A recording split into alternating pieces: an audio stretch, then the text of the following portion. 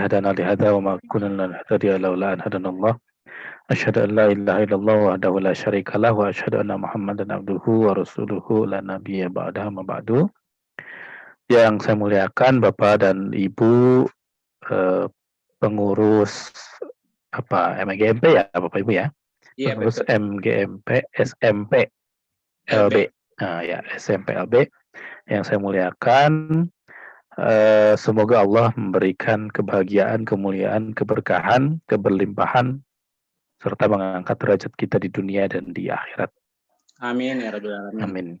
Bapak, Ibu, mohon izin tidak ada maksud menggurui, tidak ada rasa lebih mampu, tapi kita sama-sama berjuang, karena sejatinya hidup itu kan perjuangan ya Bapak Ibu ya. Jadi saya juga berjuang di bidang saya masing-masing ya. Kita berjuang di bidang kita masing-masing. Saya berjuang di salah satunya adalah mensosialisasikan terkait dengan karya tulis ilmiah atau yang biasa kita kenal dengan jurnal Bapak Ibu ya. Sebetulnya jurnal itu adalah tempat untuk mempublikasikannya. Ya, yang akan kita buat adalah artikel ilmiah ya. Dan artikel ilmiah yang sering digunakan oleh para guru adalah basisnya dari PTK. Karena secara umum PTK lebih menyentuh kepada penerapan di lapangan ya dan langsung mencari solusi begitu. Yang perlu digarisbawahi oleh kita ya Bapak Ibu semua bahwa inti dari artikel ilmiah yang akan kita publikasikan di jurnal adalah poin pentingnya saja. Jadi kalau di PTK itu ada misalnya 100 halaman ya, paling tidak 80 halaman. Maka bagaimana caranya kita bisa menyajikan dalam sedikitnya 6 halaman, paling banyaknya 20 halaman. Otomatis tentu akan terkesan seperti memangkas. Padahal sebetulnya bukan memangkas, tapi mengambil intinya saja begitu.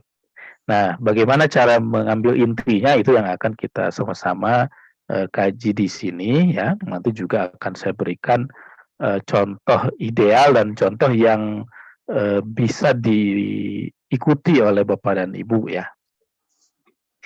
Tanpa berlama-lama saja, mari kita mulai kegiatan ini dengan membaca Al-Basmalah. Bismillahirrahmanirrahim. Bismillahirrahmanirrahim. Bapak, Ibu, saya tidak menyajikan slide yang yang langsung mengarahkan kepada membuat artikel atau mengubah artikel dari PTK ke artikel ilmiah ya. Tapi karena saya punyanya slide yang biasa disajikan untuk membuat artikel ilmiah yang ideal, maka saya sajikan saja ini ya, artikel ini. Slide ini. Intinya sih sama saja, bisa kita gunakan baik dari PTK, dari skripsi, mungkin Bapak Ibu punya skripsi ya, dari tesis ya, atau bahkan dari disertasi juga bisa ya. Karena sebetulnya yang menjadi inti dari artikel ilmiah adalah poin-poin tersebut gitu. Bapak dan Ibu, yang perlu kita garis bawahi secara umum untuk artikel ilmiah itu minimal ada ya, biasanya dikenalnya biasanya ya, walaupun ada juga format yang lain disebut dengan IMRAD.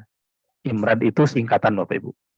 Nah, cuman di sini tidak saya sajikan tulisan IMRAD-nya. Nah, jadi saya introduction dulu, pendahuluan dulu, nanti baru kita masuk satu-satu ke sini ya. IMRAD itu singkatan Bapak Ibu. I-nya itu introduction, M-nya itu metode, IMRAD R-nya itu result atau hasil penelitian, A-nya itu N, dan ya. D-nya discussion ya. Diskusi ya. Ya, diskusi IMRAD ya. Nah, jadi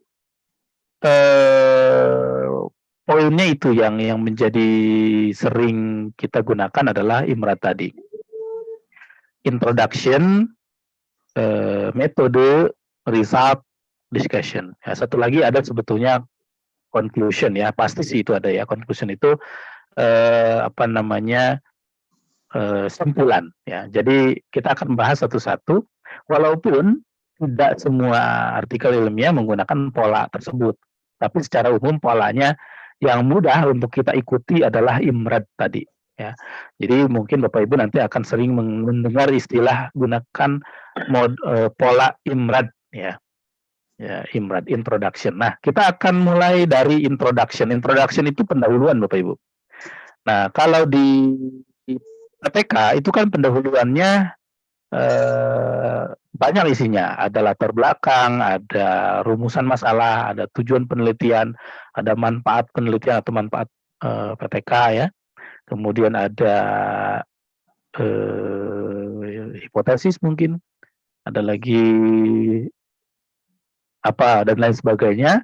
Itu banyak, bisa 10 halaman khusus untuk pendahuluannya saja. Ya, kemudian untuk teori bab 2-nya ya, biasanya di bab 2-nya kan ada lagi tinjauan teori atau tinjauan pustaka. Nah, tinjauan pustaka itu biasanya secara umum dua komponen ya. Komponen masalahnya apa, yang kedua komponen solusinya apa, kan begitu biasanya PTK. Contoh misalnya permasalahannya mengatasi motivasi belajar siswa menggunakan metode bermain misalnya begitu. Misalnya ya, contoh saja. Berarti kan ada dua komponen tadi di teori ya. Ada komponen motivasi belajar, ada komponen metode bermain. Nah, dua komponen itu saja sudah banyak ya, dibahas kalau di PTK.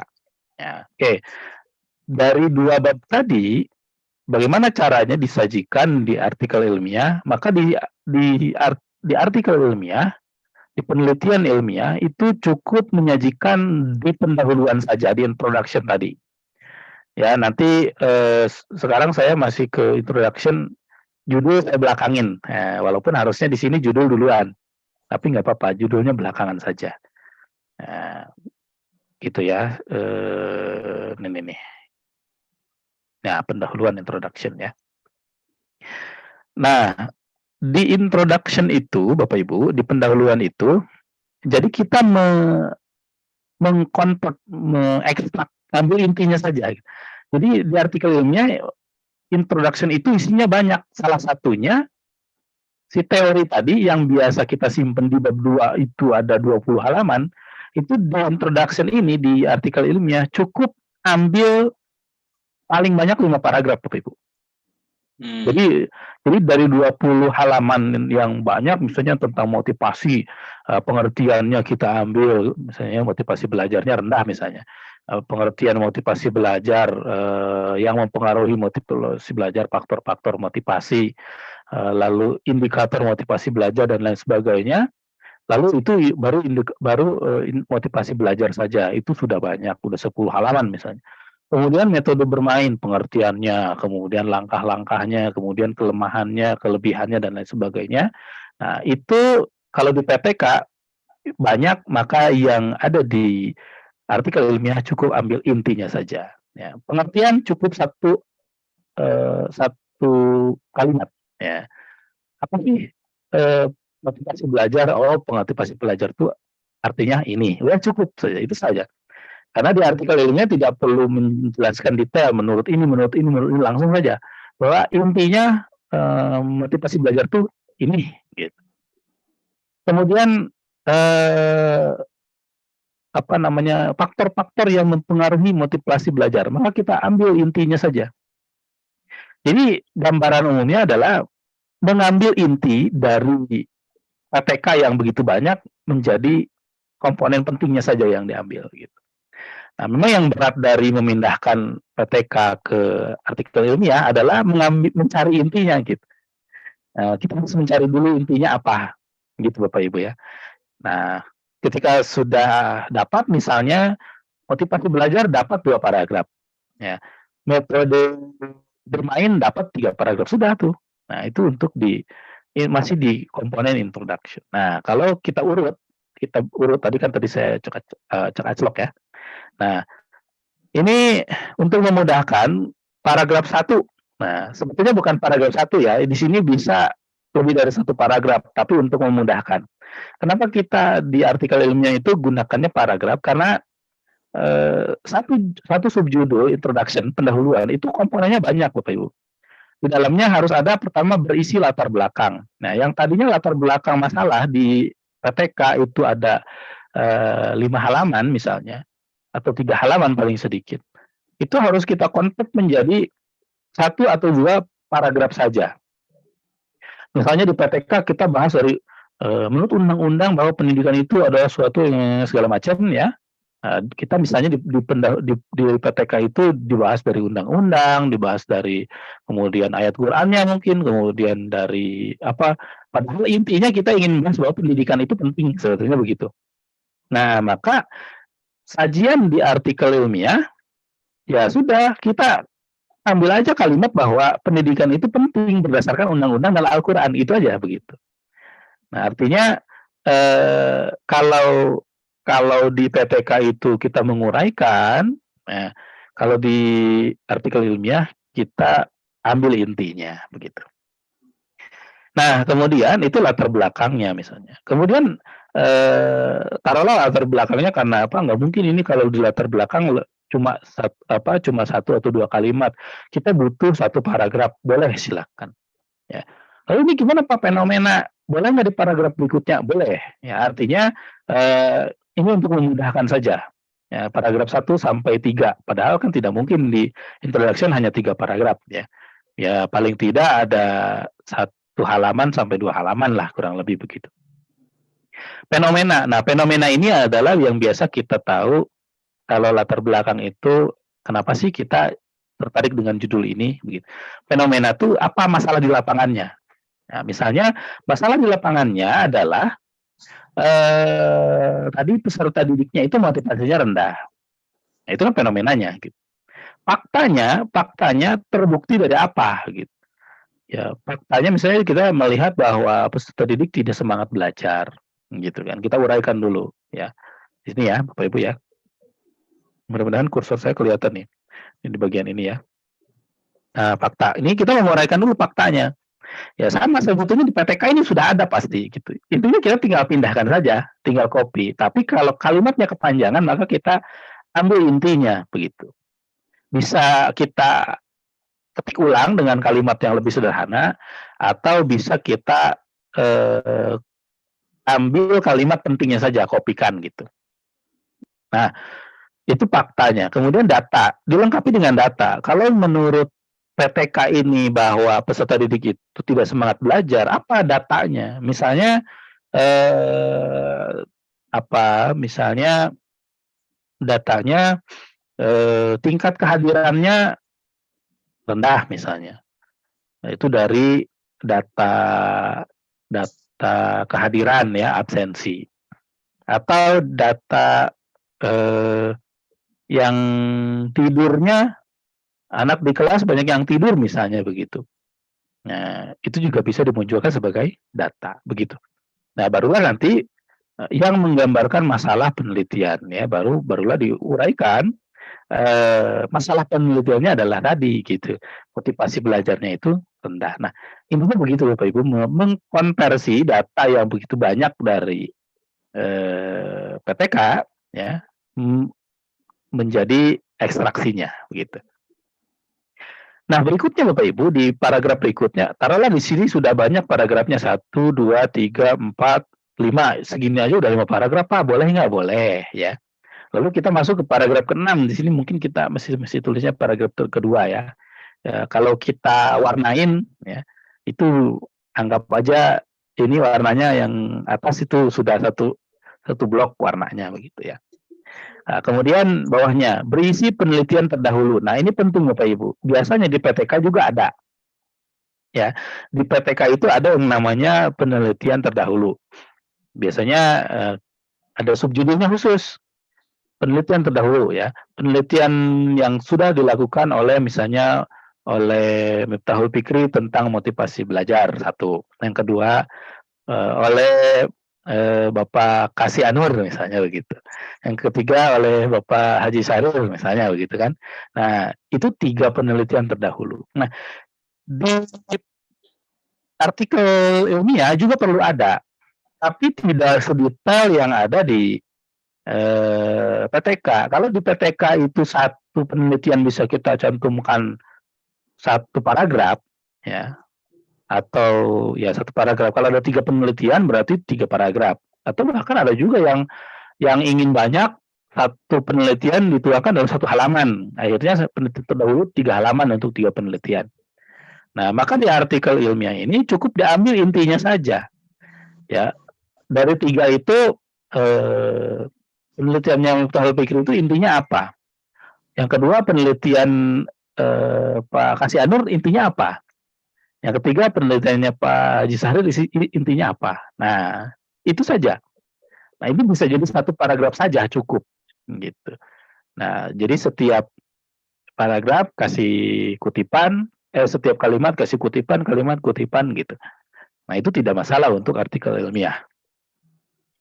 Ya, kemudian intinya nanti Bapak Ibu bisa membandingkan PTK yang Bapak Ibu miliki, ada nggak komponen penelitian terdahulunya. Nanti kita bandingkan mana yang banyak, ya, yang isinya banyak dengan yang artikel ilmiahnya begitu.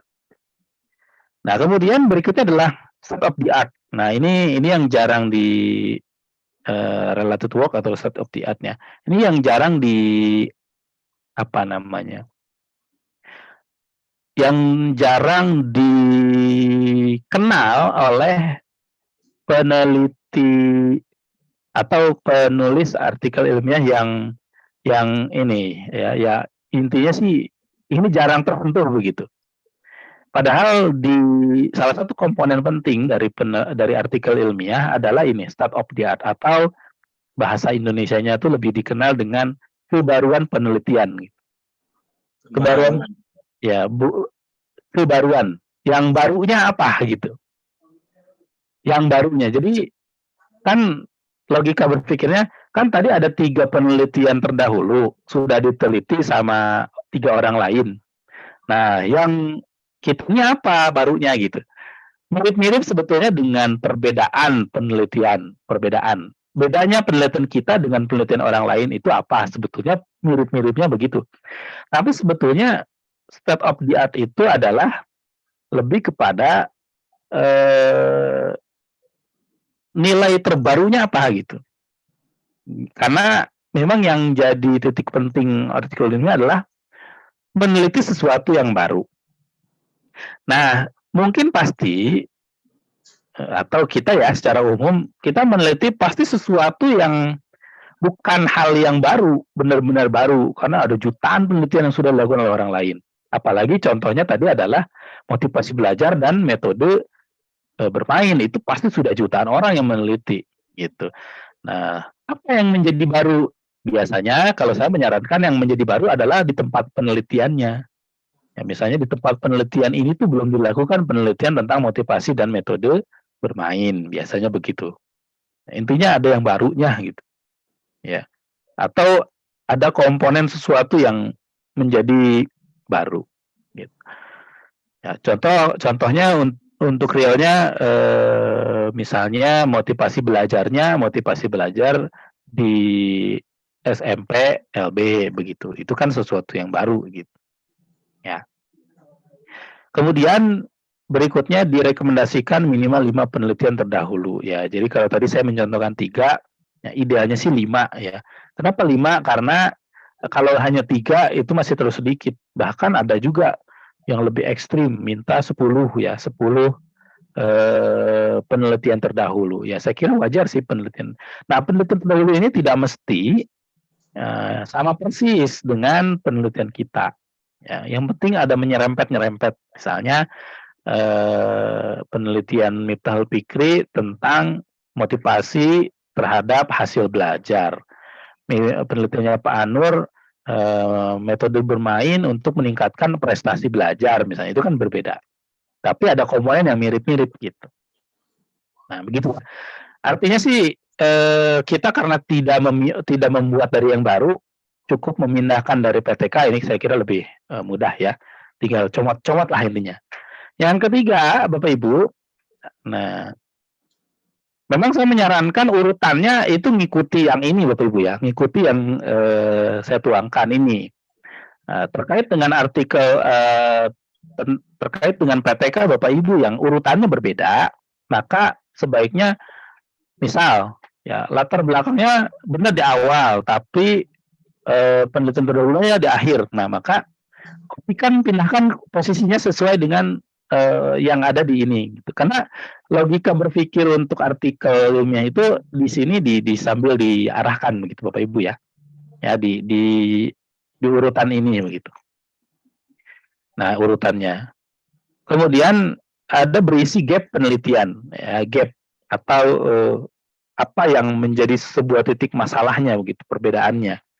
Pembeda maupun posisi peneliti, ya.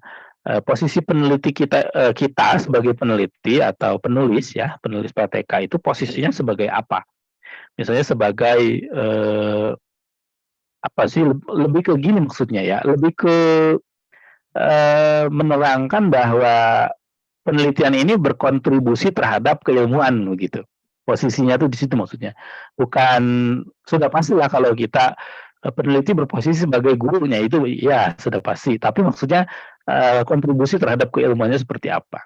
Ya, kemudian perlu menegaskan kembali tujuan penelitian dan kontribusi penelitian. Nah, kalau di PTK itu ada rumusan masalah dan tujuan penelitian. Biasanya kan rumusan masalahnya bagaimana cara meningkatkan motivasi belajar siswa, kan begitu ya. Di rumusan masalahnya. Kemudian di tujuan masalahnya, penelitian ini bertujuan untuk meningkatkan motivasi belajar siswa. Nah, kalau di PTK ada dua, ada rumusan dan tujuan, maka di artikel ilmiah cukup satu. Rumusannya sudah hilang, diganti dengan tujuan. Karena tujuan dan rumusan itu sebetulnya sama-sama intinya. Ya, jadi cukup satu. Nah, itu disimpannya di akhir. Di akhir dari introduction, ya, di akhir di pendahuluan gitu. Ya, jadi kenapa harus disimpan di akhir? Supaya mudah mencarinya gitu. Kenapa disimpan di akhir? Jadi tujuan penelitian itu nanti yang akan menjadi dasar apa yang akan kita sajikan di hasil, apa yang akan kita bahas, dan apa yang akan kita simpulkan. Contoh tadi, penelitian ini bertujuan untuk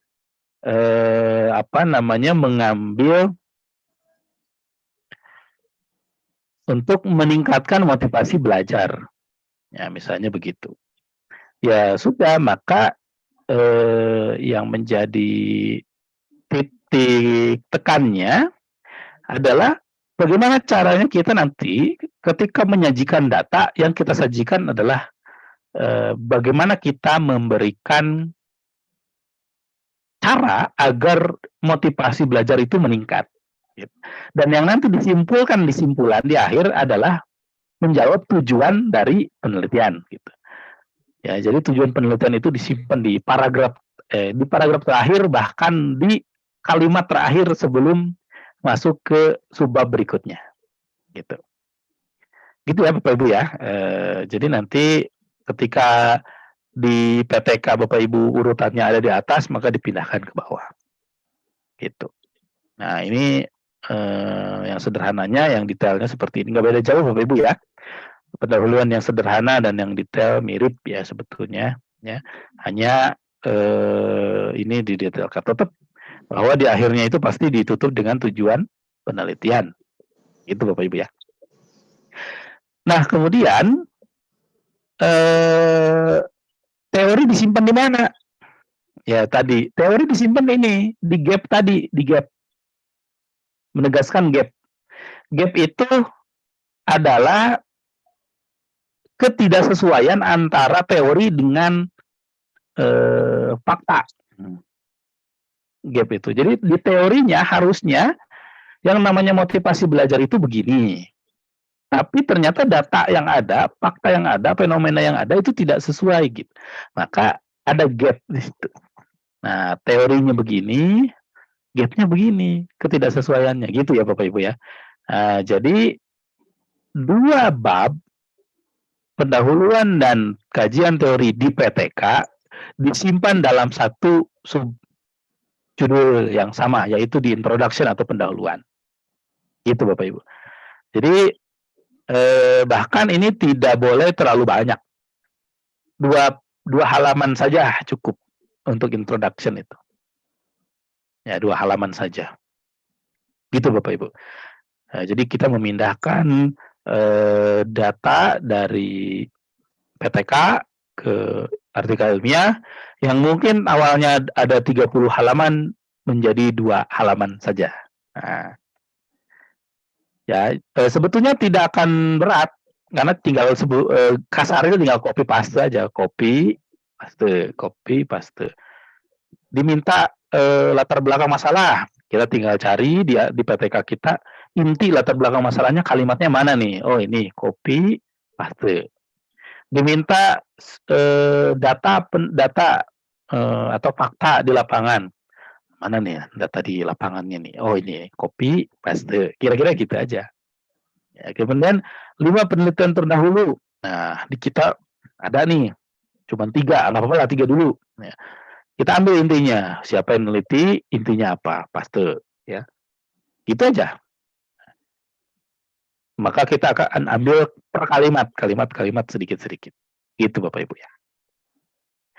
Nah, itu untuk yang I, introduction. Sekarang yang M, metodologi atau metode. Ya, metode ini juga sama Bapak Ibu. Mungkin di apa namanya di PTK itu ada 5 halaman metode.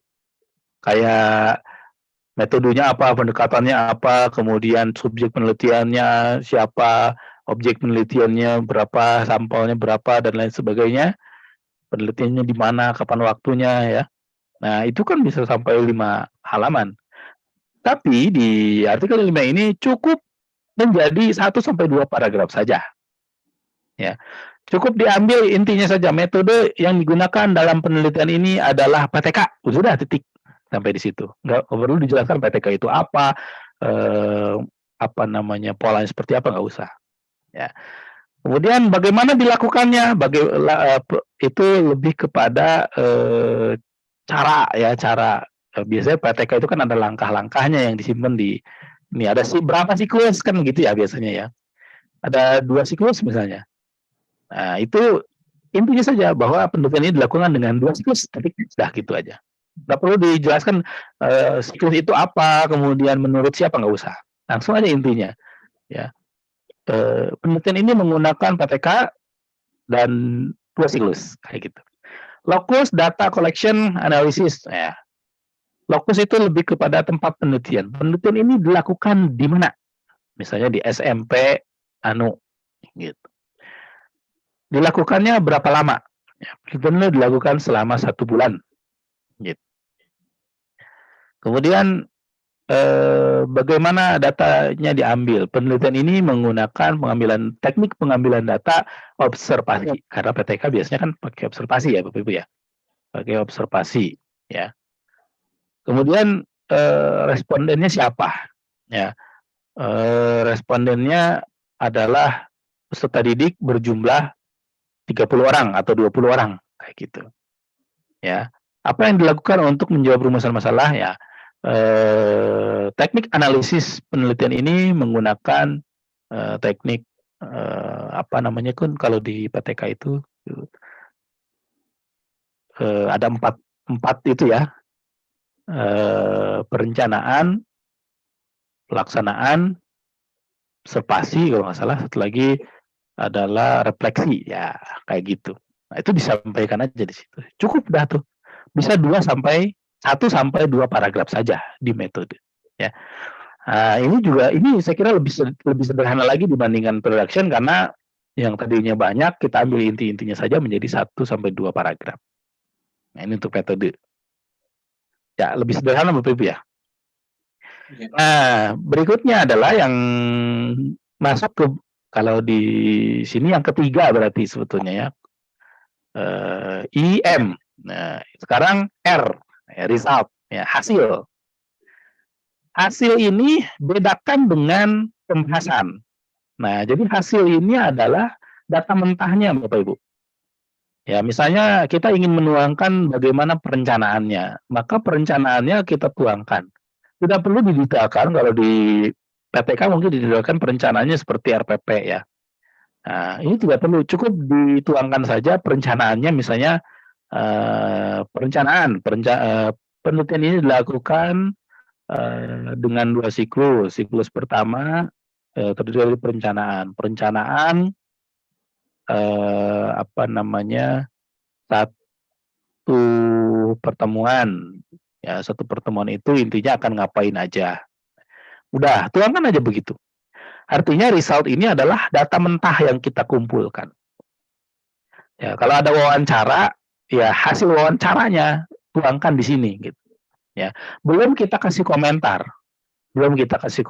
Nah, jadi nanti kalau di PTK-nya ngegabung antara data mentah dengan pembahasan atau komentar kita, maka itu kita perlu pisahkan di artikel ilmiah ini. Nah, sama tekniknya, kopas-kopas saja, ambil inti-intinya, gitu. Ya, kalau ada angka-angka, masukannya di hasil, Bapak Ibu. Angka-angka itu masukannya di hasil. Jangan dimasukkan ke pembahasan. Kenapa? Karena pembahasan itu adalah mendiskusikan hasil dengan teori, gitu. Jadi inti dari pembahasan adalah mendiskusikan hasil dengan teori, atau pembahasan atau discussion ya. Nah, ini apa namanya, komponen-komponen yang perlu ada. Misalnya Bapak Ibu punya tabel tingkat motivasi, tabel hasil dari metode bermain ya, dan lain sebagainya. Grafik atau foto. Nah, itu dituangkan di situ, di hasil, di result ya. Jangan dituangkan di pembahasan gitu ya. Kemudian pilih bentuknya yang paling informatif ya. Jadi pokoknya masukkan aja informasi-informasi dulu ya, belum diberikan komentar kita, pendapat kita. Kalau bahasa penelitian kuantitatif, belum diinterpretasi, jangan dulu dikasih interpretasi, jangan dulu dikasih komentar-komentar kita ya, biarkan saja apa adanya data yang ada gitu. Gambar, tabel ya, berikan apa, berbagai hal yang sifatnya informasi dari lapangan ya. Nah, ini data yang perlu ada di hasil ya, di hasil. Andai pun syukur-syukur bisa mengikuti ini Bapak Ibu. Kalau ada komponen yang belum ada di sini misalnya, belum ada nih ini, ya sudah, ya kita gunakan aja data yang ada dulu dari PTK yang kita miliki. Intinya sih kita mengkopas-kopas begitu ya Bapak Ibu ya.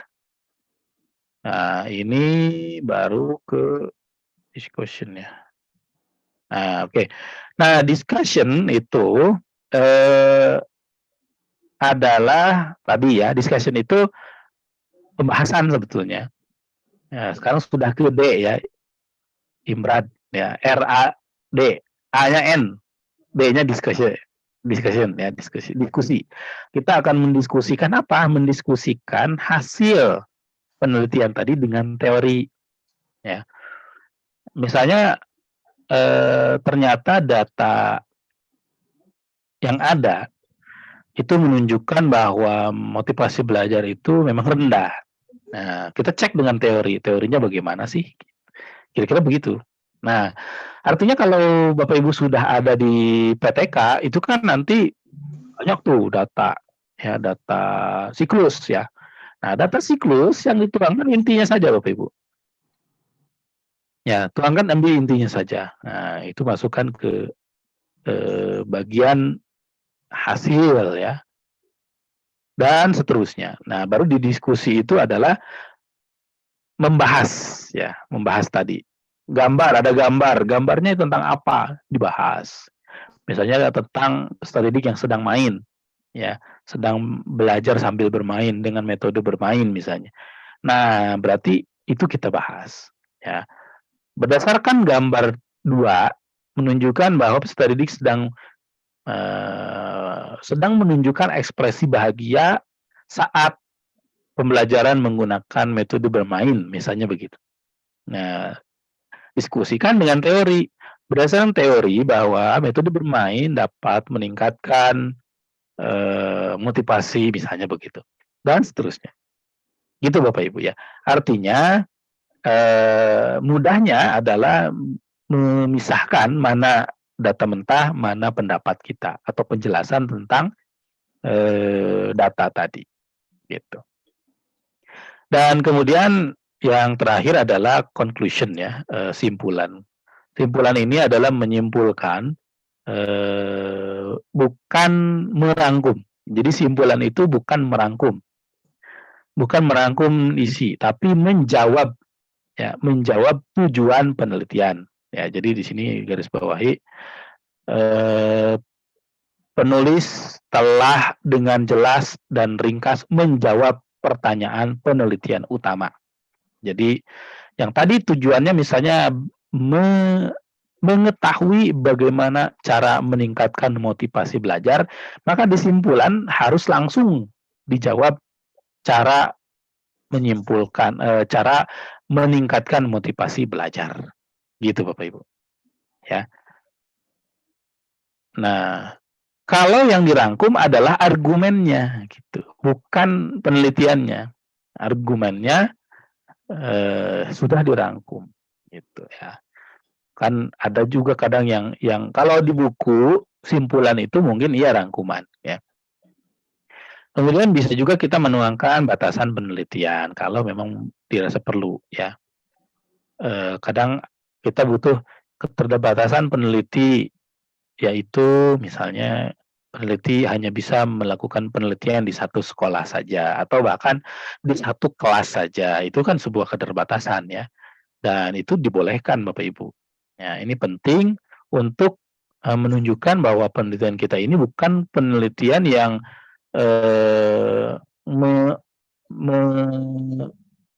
mencakup seluruh wilayah. Nah, itu kan bisa menjadi tanggung jawab dari masing-masing wilayah. Gitu. Kemudian rekomendasi kontribusi itu bila perlu. Jika tidak ada pun tidak apa-apa. Intinya sih di simpulan itu yang menjadi poin pentingnya adalah menjawab pertanyaan atau tujuan penelitian utama. Gitu. Nah, baru kita beralih ke judul, Bapak Ibu. Kenapa saya simpan judul ini terakhir? Karena agak sedikit berbeda antara PTK dengan artikel ilmiah. Saya pernah diskusi dengan Ketua MGMP SMP yang umum ya, yang di Bogor, Bapak Ibu, yang di Kabupaten Bogor. Ini kendala mereka adalah begini katanya, Pak, kami itu yang menjadi benturan adalah aturan ilmiah dari jurnal itu judulnya tidak boleh terlalu panjang. Biasanya rata-rata 12 sampai 15 kata di PTK itu. Tapi kalau kita ubah judulnya, Pak, katanya begitu ya. Kalau kita ubah judulnya, maka itu dianggap bukan penelitian PTK kita, katanya begitu. Nah, ini yang menjadi dilema. Nah makanya balik lagi nih.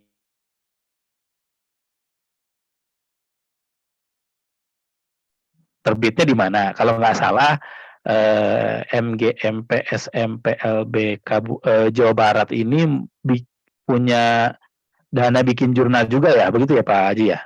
Iya betul. Itu sudah sampai di mana Pak nih? Lagi menunggu cover sama websitenya dibantu dibuat sama ini Ibu Wina. Oh Bu Wina, oke. Ya alhamdulillah kalau terus berjalan begitu Pak ya. Kemarin juga yang Pak EF yang dari Garut, bukan Garut, dari Purwakarta itu sudah keluar ISSN-nya. Sekarang sedang proses menerbitkan artikelnya, sudah sedikit lagi katanya. Kemudian yang Asatijah yang PAI Jabar juga sudah terbitan ke edisi ketiga dan keempat, proses ya, sedang proses terus berjalan. Nah, kalau yang mereka mungkin masih sudah mengarah karena persiapan ke akreditasi. Jadi judul dari artikelnya itu sudah disederhanakan, Pak. Nah, kalau misalnya nanti teman-teman guru di SMPLB ini tidak menjadi masalah dengan artikel yang judulnya itu sederhana. Jadi judulnya tidak mesti persis seperti judul PTK. Saya kira lebih baik begitu, lebih baik sederhana saja judulnya. Karena kalau judulnya panjang, itu nanti kita kerepotan saat proses akreditasi. Karena kita kan ingin maju Pak ya, ingin bukan hanya sekedar ada, tapi juga terakreditasi dan bisa sampai ke terus begitu mayong ya, terus sampai bermanfaat untuk semua gitu. Nah, kalau saya kira nanti pasti tim penilai juga akan semakin paham karena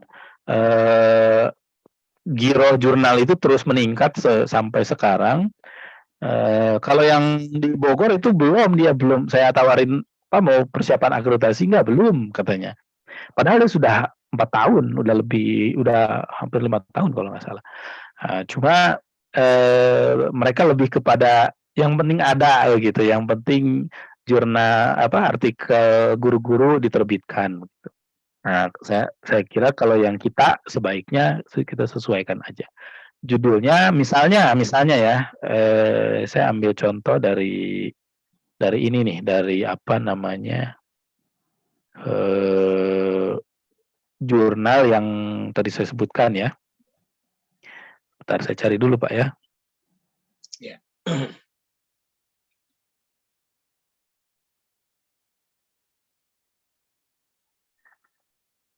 Nah, itu memang panjang-panjang dia judulnya. Seperti PTK bener gitu, nggak ada perbedaan sama sekali, cuma isinya aja. Cuma isinya aja yang sedikit gitu. Nah, ini saya kira sih sebetulnya nggak jadi masalah. Yang penting memang dia konsisten begitu gitu.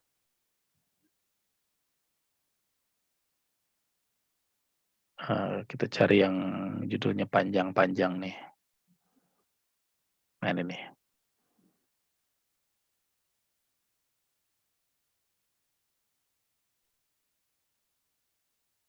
Sudah berganti ya Pak ya slide-nya ya? Oke. Nah, ini nih, upaya meningkatkan kompetensi guru dalam melaksanakan penilaian berpikir tingkat tinggi di MGMP IPA Wilayah Utara Dinas Pendidikan Kabupaten Bogor tahun 2022. Nah, ini kan panjang sekali, ada berapa kata? 1, 2, 3, 4, 5, 6, 7, 8, 9, 10, 11, 12, 13, 14, 15, 16, 17, 18, 19, 20. 20 kata. Ini terlalu panjang bagi artikel jurnal, Pak. Sebetulnya artikel ini bisa berjudul meningkatkan kompetensi guru dalam melaksanakan penilaian berpikir tingkat tinggi. Titik aja sampai di situ. Cukup sampai di situ bisa gitu. Upayanya hilang, kemudian lokasi penelitiannya itu hilang juga. Nah, lalu bagaimana Pak lokusnya nanti? Lokusnya nanti kita simpan di metode gitu. Nah, ini tadinya mungkin 20 sekian puluh halaman diubah menjadi 9 halaman saja. Nah, ini jadi 9 halaman ya. Ini pendahuluannya, nah ini metodenya. Metodenya nih kayak gini Pak, sama ya. Seperti PTK ya, ada perencanaan, pelaksanaan, pengamatan, refleksi. Terus kembali lagi ke siklus 2 begitu. Nah, di sini juga sama dituangkan seperti itu. Nah, ini hasil dan pembahasan siklus 1 begitu ya. Nah, sama lah kayak gitu. Tadinya ini juga sama, pasti ada puluhan halamannya. Nah, sekarang jadi cuma 9 halaman saja. Nah, ini ada pembahasannya. Ini pembahasannya dibahas satu-satu, baru disimpulkan. Nah, yang terakhir tuh sebetulnya ada daftar pustaka atau referensi ya. Tadi lupa belum tersebut. Ya pada dasarnya sama lah ya, yang ada di PTK ada referensi, ini juga ada. Cuma bedanya hati-hati Bapak Ibu bahwa di artikel ilmiah itu yang boleh muncul daftar pustakanya adalah yang dipakai di badan naskah. Kalau kita tidak menuliskan pengertian, misalnya pengertian itu menurut Miftahul Fikri, maka jangan ada referensi tentang Miftahul Fikri di sini begitu. Ya itu karena tidak dipakai gitu. Jadi yang boleh muncul referensinya hanya yang dipakai di badan naskah ini. Gitu. Lalu nanti jadi sedikit Pak referensinya, ada triknya bagaimana agar tetap banyak referensinya walaupun isinya cuma 9 halaman. Salah satunya adalah satu kalimat itu terdiri dari 2 sampai 3 referensi. Itu bisa menjadi banyak. Contoh pengertian PTK. Ya, pengertian PTK ini kan yang memberikan pengertian bukan satu orang. Ada 2 orang, ada 3 orang. Nah, itu tiga referensi itu bisa masuk dan bisa menjadi menambah jumlah referensi kita. Itu ya Bapak Ibu ya. Jadi terkait dengan judul dan jumlah jumlah halaman ini sudah dicontohkan. Silakan Bapak Ibu bisa meniru dulu yang ada ya. Kalau saya untuk yang baru mulai, karena saya juga dulu ketika baru mulai, sama prinsipnya adalah yang penting ada dulu, yang penting punya dulu. Tidak mesti bagus dulu. Ya, karena bikin skripsi, tesis, disertasi juga sebetulnya yang bagus itu bukan yang benar-benar bagus, tapi yang bagus itu yang beres gitu. Ya, kalau kita bikin tesis kok nggak lulus S2-nya, iya karena tesisnya pengen bagus jadi nggak beres-beres. Nah itu sebetulnya nggak bagus. Yang bagus adalah yang beres. Nah, kalau ternyata, nah haknya isina, yang penting beres dulu lah. Nah, itulah ya. Nah jadi Bapak Ibu pasti ya setelah kegiatan ini PR besarnya adalah diminta artikelnya yang berasal dari PTK-nya. Bagi saya dan berdasarkan pengalaman kepada kawan-kawan yang lain, mengubah PTK menjadi artikel ilmiah itu tidak lama. Kasarnya cukup 1 kali duduk di 1 malam saja, insya Allah beres. Yang penting kita meluangkan waktu khusus untuk mengubah PTK kita menjadi artikel. Nah, tinggal permasalahannya apakah Bapak dan Ibu punya PTK-nya atau enggak gitu. Nah, kalau punya PTK-nya enak kan tinggal diubah. Kalau tidak punya PTK-nya itu yang repot, harus bikin dulu gitu. Ya. Nanti kalau Bapak Ibu mau bikin, ternyata baru mau bikin dari nol, saran saya jangan bikin PTK-nya murni. Ya. Tapi bikin saja artikelnya dengan pola PTK. Ya. Insya Allah lebih ringan. Kenapa? Karena 10 halaman tadi, ya 10 sampai 15 halaman. Cukup kayak misalnya mencari datanya kan nggak perlu banyak-banyak, menuangkan nggak usah terlalu banyak. Kita tidak terlalu banyak ibaratnya menghabiskan waktu sebetulnya. Yang menjadi masalah dan PTK itu atau artikel itu nggak beres adalah karena kita tidak meluangkan waktu, biasanya sih begitu. Nah, itu mungkin Bapak Ibu ada yang mau ditanyakan dulu sebelum kita lanjut? Ya baik Pak dosen, Pak Fikri, terima kasih atas pemaparan yang telah disampaikan. Ya. Sebelum teman-teman bertanya, mungkin saya dulu yang bertanya nih Pak Fikri. Silakan Pak Putra. Jadi kalau kesimpulan saya sih sebenarnya memindahkan dari PTK ke jurnal ilmiah tadi itu sebenarnya tinggal ini aja ya, tinggal meringkas-ringkas gitu ya. Betul. Meringkas per bab lah gitu, latar belakangnya diringkas, kemudian bab berikutnya diringkas dan sebagainya gitu Pak Fikri ya. Betul. Tapi tentu saja yang diringkas bukan asal ringkaskan, tapi ringkas yang diambil poin-poin Poin penting. penting, betul. Ya.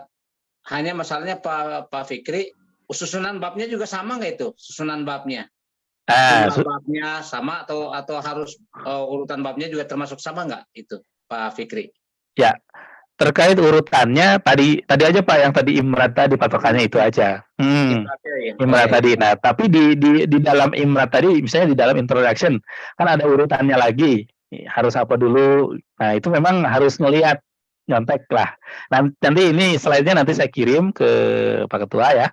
Iya. Haji, ya, nanti supaya bisa jadi gambaran lah. Iya. Gitu.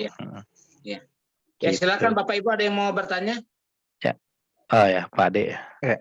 Assalamualaikum warahmatullahi wabarakatuh. Waalaikumsalam warahmatullahi wabarakatuh. Mohon maaf, ini sebetulnya saya sangat berbahagia sekali karena ini ilmu yang sangat bermanfaat bagi saya yang sebagai pemula yang hanya istilahnya ketertarikan. Yang pertama yang ingin saya tanyakan adalah terkait minimal tiga tadi Pak, 3 peneliti terdahulu. Apakah kita bisa carinya maksudnya lokal saja atau misalkan bisa bebas dari internet gitu Pak? Sebagai 3 peneliti terdahulu yang harus kita bandingkan dengan penelitian kita gitu. Nah, yang kedua, Bapak, bolehkah kita menjurnal PTK orang lain gitu? Yang kebetulan PTK tersebut belum dijurnalkan oleh orang lain. Yang terakhir, mungkin hanya harapan saya kalau bisa ada seperti outline Pak gitu, biar langkah-langkahnya lebih selain Imrat tadi gitu ya, maksudnya biar langkahnya agak lebih jelas bagi saya khususnya gitu. Terima kasih, itu saja Pak. Assalamualaikum warahmatullahi wabarakatuh. Waalaikumsalam warahmatullahi wabarakatuh. Ya, terima kasih Pak. Terkait dengan 3 penelitian terdahulu, bolehkah dari internet? Sangat boleh, karena sekarang itu sudah open access Bapak Ibu ya. Jadi sudah terbuka untuk umum, tapi jangan dari web yang tidak jelas. Ya, saran saya sebentar kita contohkan. Saran saya nyarinya di Google Scholar ya. Google Cendikia. Google Scholar itu sebentar, ininya saya share screen. Ya. Ini adalah alat bantu dari Google yang bisa mencarikan data penelitian terdahulu. Nah, ini ketika kita ketik 1 atau 2 kata itu ribuan penelitian muncul. Dan ini bisa kita kutip. Boleh. Contohnya tadi misalnya motivasi belajar misalnya ya, saya contohkan dari awal ya. Nah, ini kan banyak sekali. Ada 1.100.000 banyak. Iya, banyak lah. Intinya terlalu banyak untuk penelitian ini. Tapi nggak apa-apa, bisa kita pakai. Misalnya kita ambil yang paling muda. Ya, yang 2022 juga pasti banyak. Ini motivasi belajar sebagai determinan hasil belajar siswa. Nah, ini kita klik saja. Nah, ini kita bisa jadikan referensi. Nah, ini juga kan langsung mengarah kepada jurnal. Nah, ini boleh. Kenapa pakai tadi Google Scholar? Agar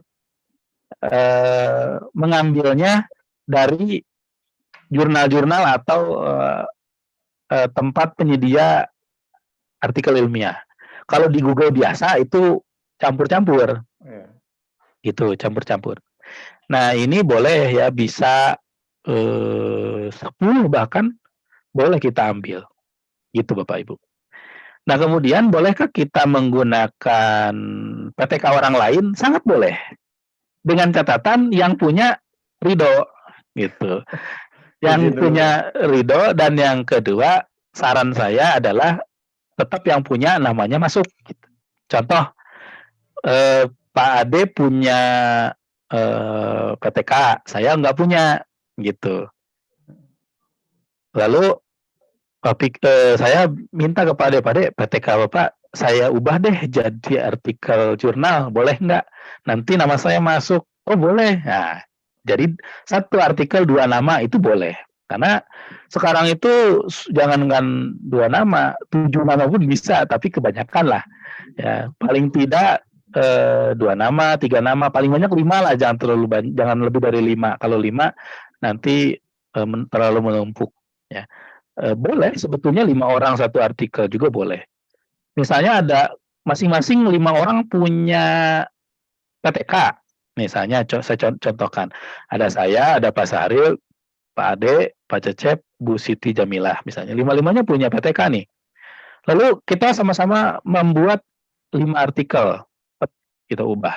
Nah, 5 orang ini masuk di semua artikel. Ya, nama pertamanya adalah nama pemilik asli misalnya, masing-masing. 4 orang berikutnya nebeng di belakangnya. Nah, ketika terbit itu 5 terbitan kita miliki langsung. Gitu. Nah, inilah yang membuat kita saling gendong istilahnya, saling gendong, saling mengangkat derajat gitu. Jadi kita naik derajat bersama-sama. Jadi kita punya 5 publikasi dalam 1 kali terbitan gitu. Nah, ini boleh. Jadi kita saling memberikan keuntungan. Nah, itu yang sangat dibolehkan dengan catatan yang punya ridho. Yang punyanya ridho. Kalau di kami di universitas enaknya itu biasanya skripsi mahasiswa bikin, ya dosennya itu nebeng tuh. Sebenarnya bukan nebeng juga sih, kan iya. Tapi kan sebetulnya ketika mahasiswa bikin skripsi kan dosen-dosennya ikut memberikan kontribusi pemikiran ini, membimbing. Nah itu tuh boleh masuk menjadi nama penulis sekian gitu Pak ya. Dan yang ketiga terkait dengan outline, mungkin saya akan kirim yang tadi, slide yang tadi, lalu outline-nya juga mudah-mudahan bisa saya buatkan ya dalam waktu dekat. Kalau tidak malam ini, besok lah ya, kita buatkan agar bisa dibuat. Sebetulnya outline itu masing-masing jurnal itu punya outline-nya, istilahnya namanya template. Sebagai contoh ya, saya contohkan, jadi tiap jurnal itu punya template-nya masing-masing, kekhasannya masing-masing dan beda-beda biasanya. Nah, ini contohnya jurnal ini pasti ada template-nya. Ya, sedang kita buat juga Pak. Mantap. Nah, kayak gitu. Nah, ini ada, cuman kayaknya saya nggak nemu di sini. Nah, pasti ada di setiap jurnal itu pasti ada. Nah, gitu Pak ya. Nah, tapi itu nanti akan saya bantu buatkan insya Allah. Ada lagi Bapak Ibu? Satu lagi mungkin. Silakan lagi, masih ada?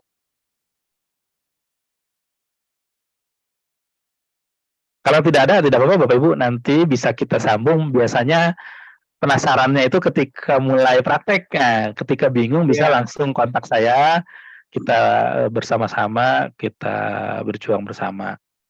Pak, mungkin Pak Fikri, karena Pak Heri ini mungkin belum bisa berkenan hadir atau karena sibuk.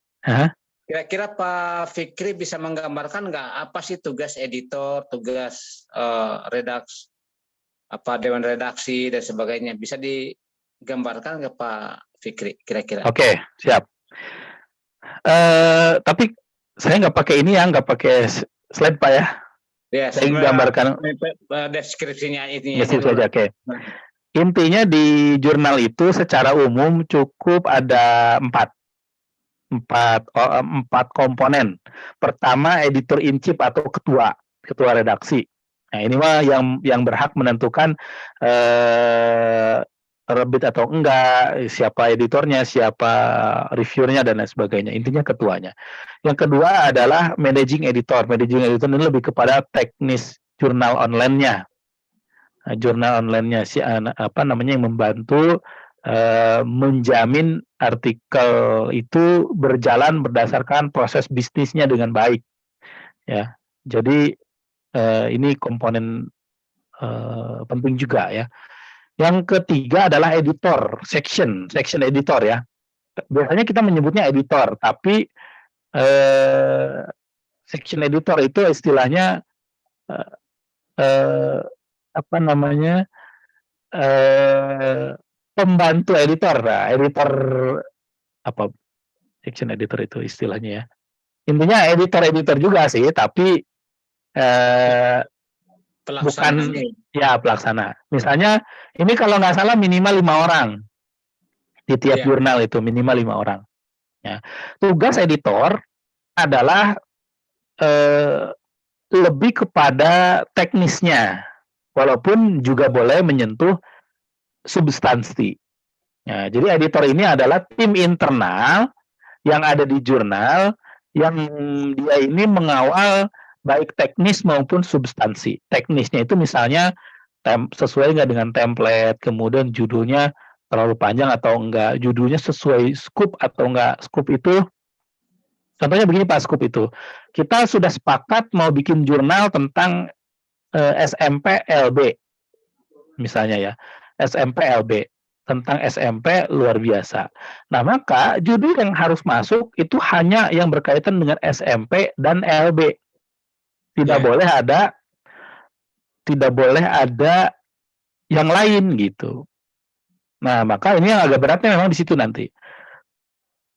Tapi boleh juga kalau memang kita sepakati tidak apa-apalah, yang penting SMP, nggak mesti LB juga supaya skupnya lebih luas. Boleh, silahkan. Yang penting kita sepakati. Gitu. Nah, editor itulah yang tim yang mengawal. Apakah nanti artikel itu sudah sesuai dengan skup. Misalnya ternyata, oh ini bukan SMP, ini mah SMA. Oh, berarti nggak bisa. Nggak usah dilanjutkan. Kira-kira begitu. Lalu kalau teknis lain, misalnya referensi, kita menyepakati referensi minimal 20 referensi. Nah, ternyata artikel yang masuk cuma 10 referensinya, maka dia nanti akan memberikan komentar, tolong referensi ditambah. Nah, kayak gitu.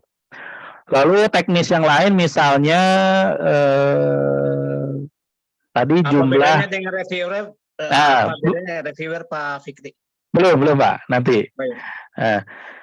Lalu contoh lain tadi misalnya di penelitian terdahulu minimal 5, tapi dia cuma ada 3. Nah, nanti dikomentari minimal 5, kayak gitu.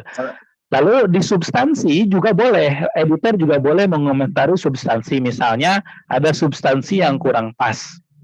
Ya, misalnya tentang motivasi belajar contohnya gitu ya. Ternyata motivasi belajarnya ada komponen yang kurang, misalnya faktor-faktor yang mempengaruhi motivasi nggak ada. Nah, itu bisa dikomentari oleh editor. Lalu bedanya apa dengan reviewer? Reviewer itu adalah eksternal. Kalau editor itu internal, reviewer itu eksternal. Dan lebih fokus hanya kepada substansi saja.